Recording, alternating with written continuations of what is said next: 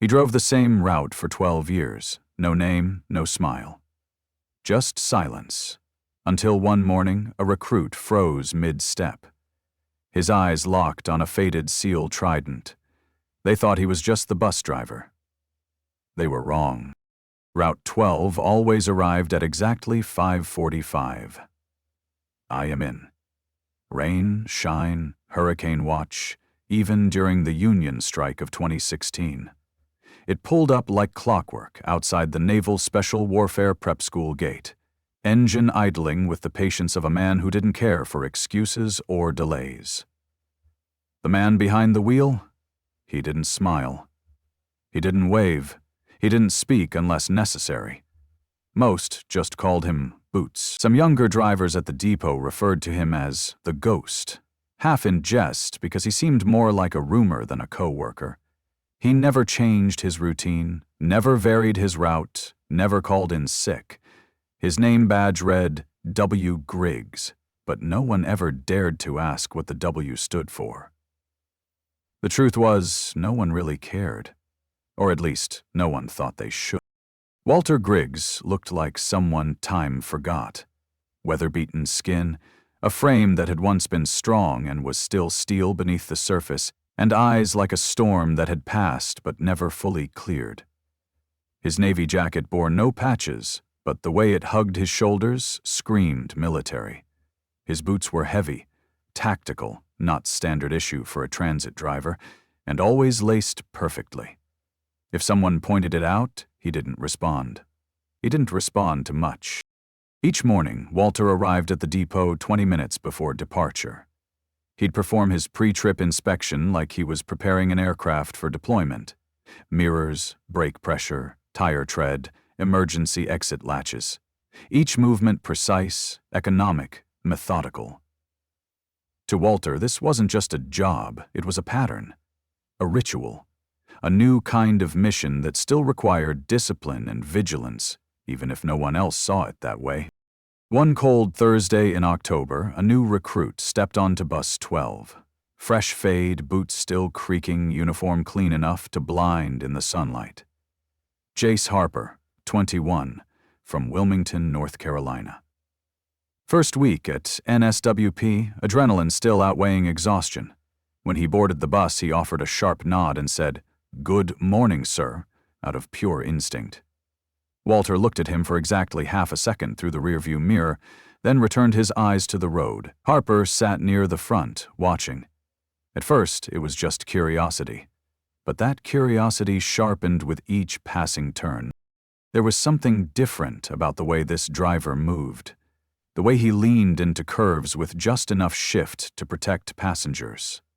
The way he scanned all 3 mirrors every 8 seconds. The way his foot lifted off the accelerator a full 5 seconds before braking. It was the little things, the kind of details a civilian wouldn't notice. But Harper had grown up in a Navy family. His father taught him how to identify former service members by their habits. The man driving this bus had military written all over him. At a stop near Market Street, an elderly woman struggled to climb the steps with her grocery cart. One of the bags broke, apples rolling down the stairwell. Walter didn't sigh, didn't huff. He flipped the brake, opened the door manually, stepped down, and without a word helped her pick up every apple. He held the cart steady while she climbed in. When she whispered, "Thank you, young man," he nodded once and returned to his seat. Nothing about it was performative. No smiles, no gestures for praise. Just execution. Harper leaned back, eyes narrowed. There was something here. Something nobody else on this bus seemed to notice. Walter Griggs was invisible by choice, and Harper was suddenly obsessed with understanding why. That afternoon, Harper mentioned the driver to his roommate, a second-year recruit named Ramos. Ramos shrugged. "You mean Boots? He's been around forever, never talks, never late. Heard he once drove through a hurricane just to make roll call. Nobody knows where he lives. Probably sleeps in the depot." Harper didn't laugh. The next morning, Harper sat in the same seat, second row, driver's side, and timed the sun. He'd noticed the day before that Griggs's left sleeve was always rolled up slightly past the elbow, not high enough to be against regulation, but high enough to expose the lower forearm. A move that would have seemed incidental to most, but Harper had served as a Navy cadet before transferring to SEAL training. He knew what to look for. When the sun caught Griggs's forearm at just the right angle, Harper saw it. Hidden beneath sun-worn skin, faded by time and age, was the unmistakable outline. A trident, an anchor, and an eagle. The SEAL insignia. Faded, but still proud. Still real. Harper didn't breathe. At the next stop, when the front section cleared, he leaned forward and whispered low, "Sir." "Were you in?" Walter didn't respond at first. The bus moved through the light, quiet hum of diesel, the only sound. Then, without turning his head, Walter said 2 words. "I was." He didn't elaborate. He didn't need to. And Harper leaned back in his seat, stunned. Because that wasn't just a SEAL tattoo. That was a war-marked trident. The kind only seen on those who had bled for it. The kind not worn. Unless earned. By the end of his first week on Route 12, Harper couldn't unsee it. Every small action Walter Griggs took had weight. Every flick of the rear-view mirror, every pause before a turn, every scan of a new rider. This wasn't just a man doing a job. This was someone still on mission. Harper tried to stay quiet, but by day 4, he cracked. He mentioned the tattoo to his bunkmate Ramos, who laughed at first. "You mean Boots?" He smirked. "Guy's been here forever. I thought he was a myth." But Harper's stare wiped the grin off his face. "Wait. You serious?" By the end of that day, the rumor had reached every corner of the base. A post appeared in a private Navy subreddit. "Coronado Route 12. Drivers got a SEAL trident. Anyone confirm?" And someone did. Then another. Then 3 more. By the weekend, the base cafeteria was buzzing louder than a Monday inspection. One instructor allegedly told his class, "If you're riding with Griggs, you're in formation. Don't slouch on his bus." But not everyone was impressed. Bruce Keller, senior transit supervisor for the Coronado fleet, watched the growing attention with thinly veiled irritation. In his late 50s, Keller had worked 22 years behind desks, promoted more by politics than performance. He didn't like disruption, especially not from drivers who refused to participate in Employee of the Month shoutouts or smile at community fairs. He called Walter old school in briefings. In private, he called him dead weight. One Tuesday afternoon, Keller quietly submitted a recommendation to the transit director. Griggs should be reassigned to part-time administrative duty due to increased age risk and outdated interaction habits. The language was polished. The intent wasn't. No one knew, except one dispatcher who overheard him mumble, "That route needs a younger face. Someone who follows protocol." She told Harper, and something inside him snapped. The following Monday, Harper was already waiting when Griggs pulled up. He wasn't alone. 7 other recruits in full gear stood beside him. They boarded silently, no chatter, no phones, just presence.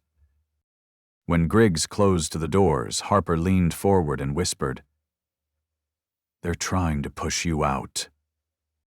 Walter didn't flinch, just replied, "Let them push. I don't move unless I mean to." That day, Rear Admiral Eli Westfield boarded Route 12. In full dress uniform, he said nothing as he walked past the recruits to the front of the bus, then stood beside Griggs, waiting for the door to close. "Permission to ride, Commander." Griggs turned his head for the first time in months. "You got a seat, Colonel?" And just like that, the story went from rumor to reality. Later that week, Westfield held a private briefing. No cameras, no reporters. Just a short statement, confirmed by internal Navy records. Commander Walter Griggs, SEAL Team 2, Bronze Star with Valor, recovered 2 teams under enemy fire, twice listed MIA, twice completed the mission injured.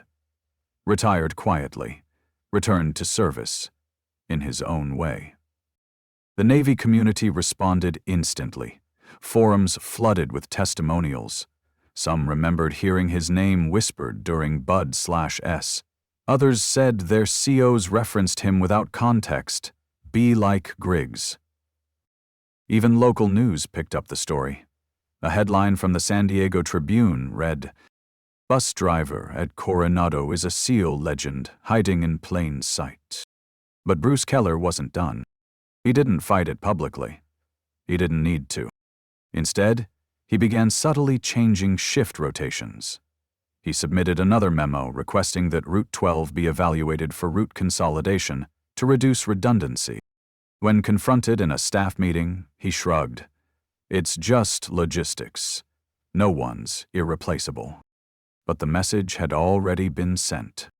That Friday, Griggs arrived at the depot earlier than usual. Waiting for him was a folded flag placed on his seat. No one knew who put it there, but tucked beneath was a printed message on plain paper. "We don't follow names, we follow standards, and yours set the bar." From that day forward, no one slouched on Bus 12. Every Marine who rode it sat upright, silent. Even Keller noticed, and when one junior staffer asked whether he'd still file the reassignment forms, Keller just muttered, "Too late now." Because by then, Griggs wasn't just driving a bus. He was carrying the weight of every recruit's respect. And the route, it never once changed. Monday morning, Walter Griggs returned to Route 12. No press, no announcement. Just him, same boots, same mirror check, same silence. But something had shifted. As the bus rolled through the base, the crowd waiting wasn't just made up of recruits anymore. Officers, instructors, even the base commander stood beside the loading zone. No one said a word. They simply stood to attention as the bus approached. The next day, something new appeared inside Bus 12. Right behind the driver's seat, secured in a glass case, was a perfectly folded American flag. No one asked about it, but everyone noticed. Harper did too, and when the sunlight hit it just right, he swore he could see a glint of something deeper in Walter's eyes. Grief, maybe? Memory? Word continued to spread, not just within the SEAL community, but across the country.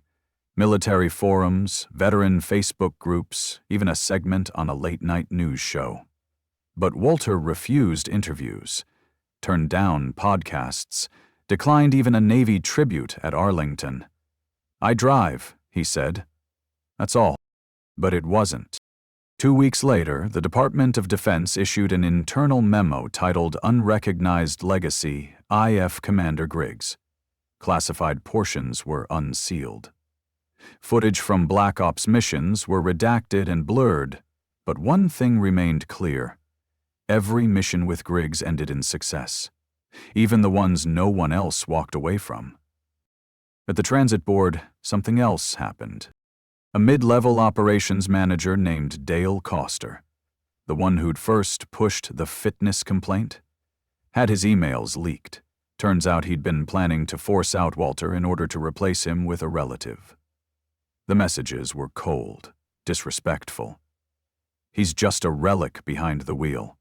One complaint and we can squeeze him out." That line hit like a slap across every veteran's face, and the backlash was immediate. But Coster wasn't the only one. Bruce Keller, Griggs's direct supervisor, had been watching the rising public support with a tightening jawline and increasing silence in meetings. While others stood to applaud, Keller remained seated. When asked by a junior scheduler what he thought of the story, he reportedly muttered, "Being a hero doesn't mean you're still fit to drive a damn bus."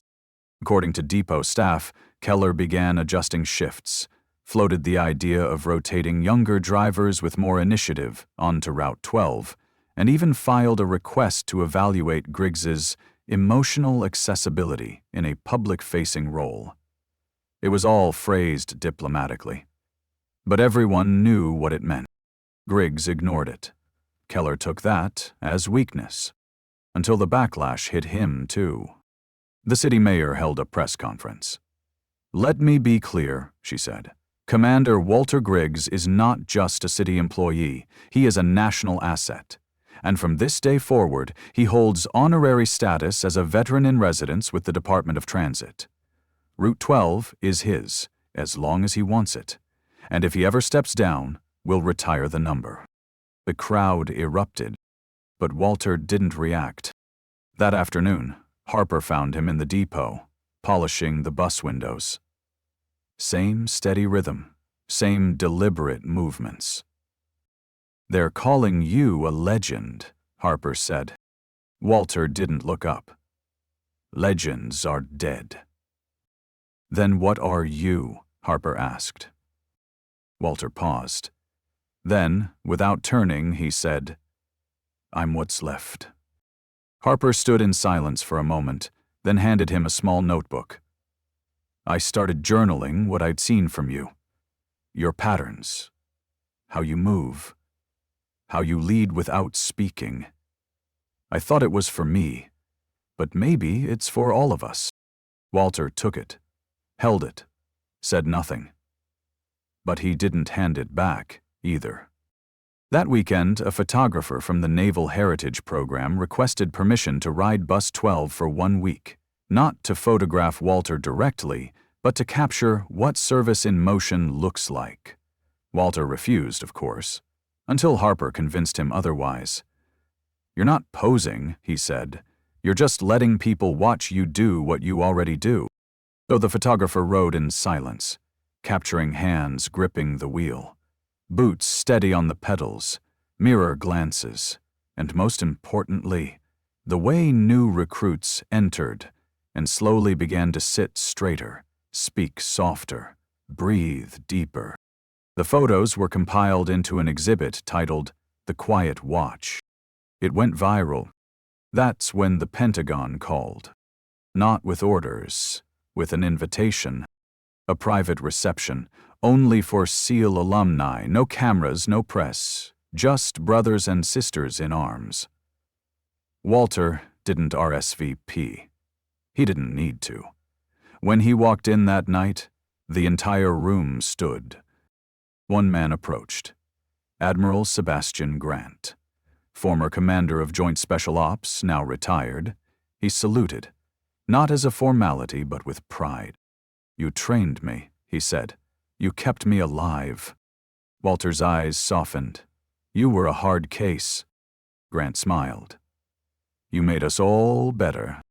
From that night forward, stories began to surface, one by one, of a commander who carried a bleeding comrade through 2 miles of hostile jungle, of a man who sat in silence beside a dying teammate just so he wouldn't go alone, of a SEAL who turned down stars, medals, promotions, just to return home quietly.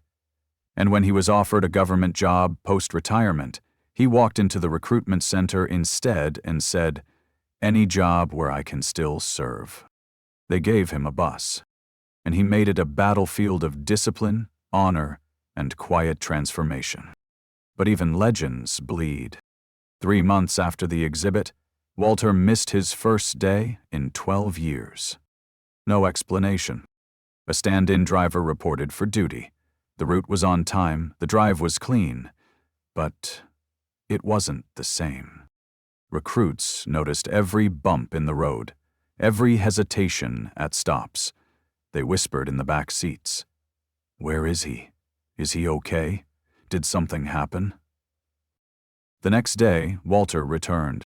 Same routine, same silence, except for one new detail. The folded flag behind his seat was now accompanied by a photo, a black and white picture of a young man in uniform. Same eyes, same jawline, a twin. The rumor spread fast. Walter had a brother, also SEAL, killed in action decades ago. No press ever reported it. No photo ever circulated. But that face, it was unmistakable. Some said Walter had driven every day not just to serve others, but to honor the one he lost. That morning, Harper stood and placed his cap over his chest for the entire ride.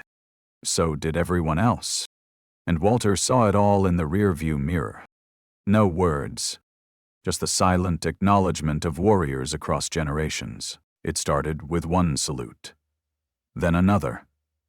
Within a week, every SEAL recruit riding Bus 12 followed an unspoken tradition. First on, last off. No phones, no music. Just posture, respect, reverence. They'd entered the vehicle as if stepping into a chapel, and Walter, he never acknowledged it, but his gaze lingered longer in the mirror each day, as if he were counting more than just heads. Bruce Keller noticed, of course. He watched from the depot window each morning as the base's best and brightest boarded Bus 12 with reverence usually reserved for flag ceremonies. It irritated him more than he admitted. "It's a bus, not a shrine," he muttered one morning to a junior scheduler, loud enough for others to hear. But no one responded. Respect wasn't Keller's currency. One morning, Harper arrived early and found the bus doors already open. Walter was standing outside, looking up at the sky. Clear, cold, early March. The kind of morning that bites at your lungs if you breathe too fast. Harper stepped closer. "Everything okay, sir?" Walter didn't answer right away. Then he said, "Today marks the day I lost him." Harper didn't need to ask. Who? Walter held up a small wooden coin in his palm. It shimmered faintly, worn but polished. A challenge coin, SEAL Team 2, the old design. "We used to trade these after deployments. Always said whoever went home first owed the other a beer." His voice was still flat, but softer somehow. He never collected. Harper nodded slowly. "You've been riding this route for him." Walter exhaled. "And for those who can't." That afternoon, Harper did something Walter didn't expect. After stepping off the bus, he waited at the curb with a stack of folded papers. He handed one to each rider behind him. On it, a quote, a story, and an invitation. This bus isn't just transportation, it's a legacy. If you've been changed by Commander Griggs, write it down. We're building something that lasts. Within days, letters poured in. Recruits, veterans, even civilians. One mother wrote how her son came home from training with a sense of stillness he never had before.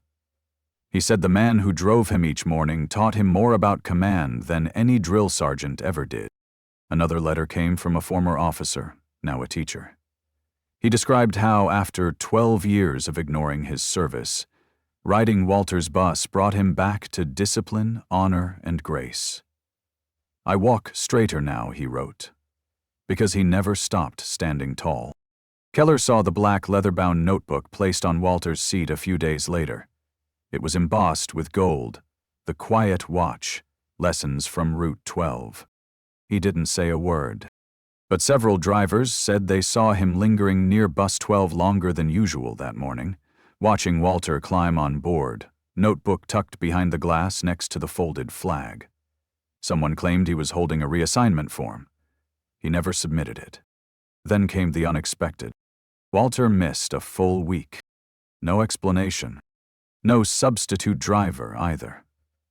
The transit authority tried, but the recruits wouldn't board. "We'll wait," Harper said. "We're not here for the ride. We're here for the man." Keller approached the scene the second morning, clipboard in hand.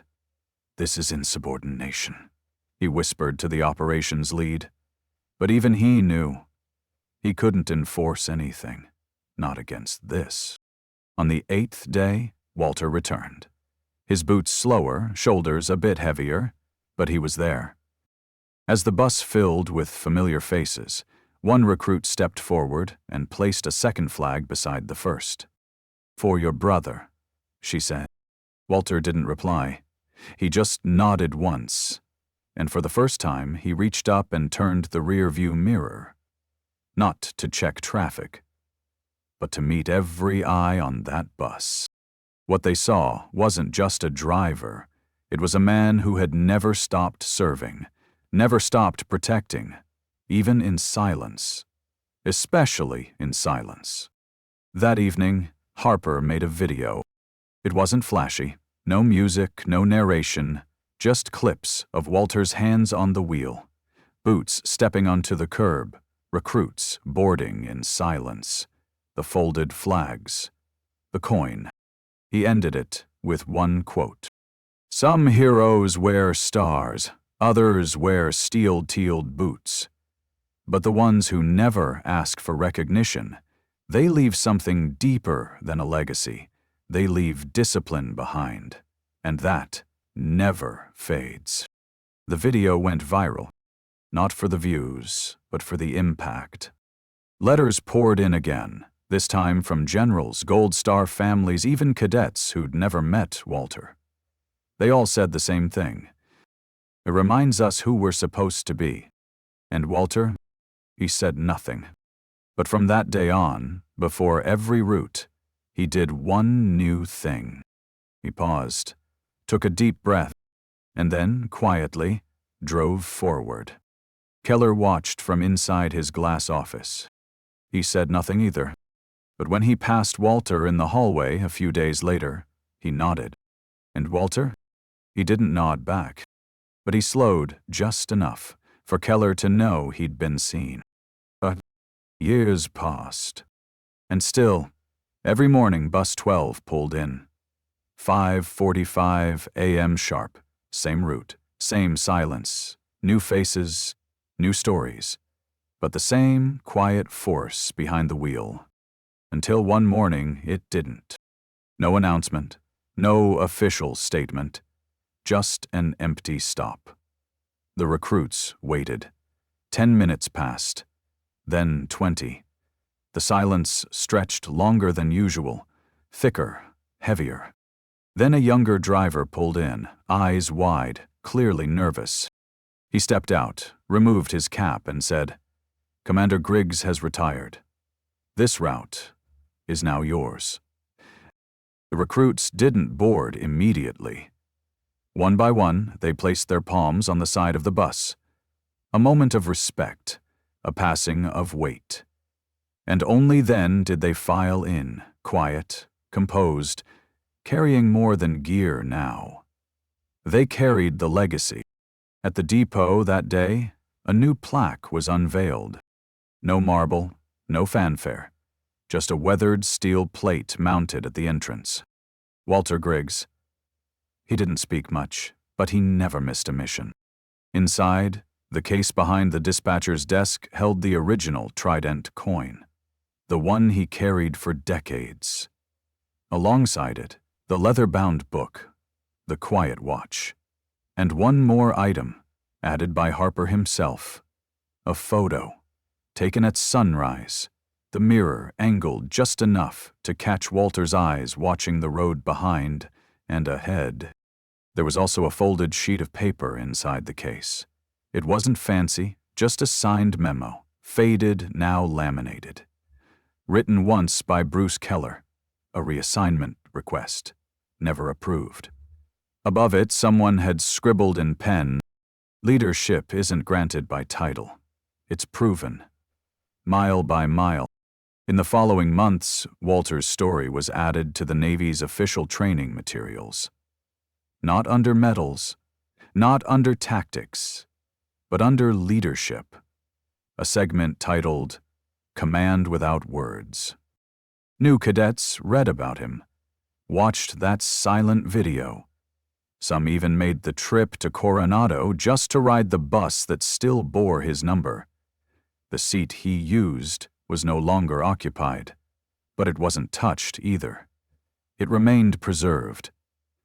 A place of honor, a reminder that service doesn't fade when uniforms do. At the retirement ceremony for depot staff the following spring, Bruce Keller was present. He didn't speak, but those who noticed said he paused longer than anyone at the Bus 12 memorial. Some said he stood straighter. Others swore he wiped his glasses. He left behind a note at the display, folded between the pages of the Quiet Watch. It didn't need my respect, but he earned it anyway. One recruit, barely 19, asked a sergeant during a tour, "So what was the big deal? He was just a bus driver, right?" The sergeant, a former SEAL, didn't respond immediately. He stepped aboard, looked at the mirror, then back at the empty driver's seat. "No," he said. "He was the last to quit, the first to show up, and the only one who taught us that real discipline isn't about shouting. It's about showing up when no one's looking." And then he said something that would stick with that recruit for life. If you ever ride in silence and still feel like someone's watching to make sure you're squared away, it's probably him. Back at home, Walter spent his days quietly, tending a garden, writing in notebooks, and once a week, sitting by his brother's grave. One afternoon, Harper visited, now an officer himself. He didn't say much. He'd just placed a fresh copy of the Quiet Watch at the base of the headstone and whispered, "We kept the line, sir." Walter nodded once, eyes never leaving the name carved in stone. And finally he said, "If this story moved you, if it made you think twice about who people really are, when they don't ask to be seen, then pass it on. Because some heroes don't ask for attention. They just drive the route and make damn sure everyone gets home."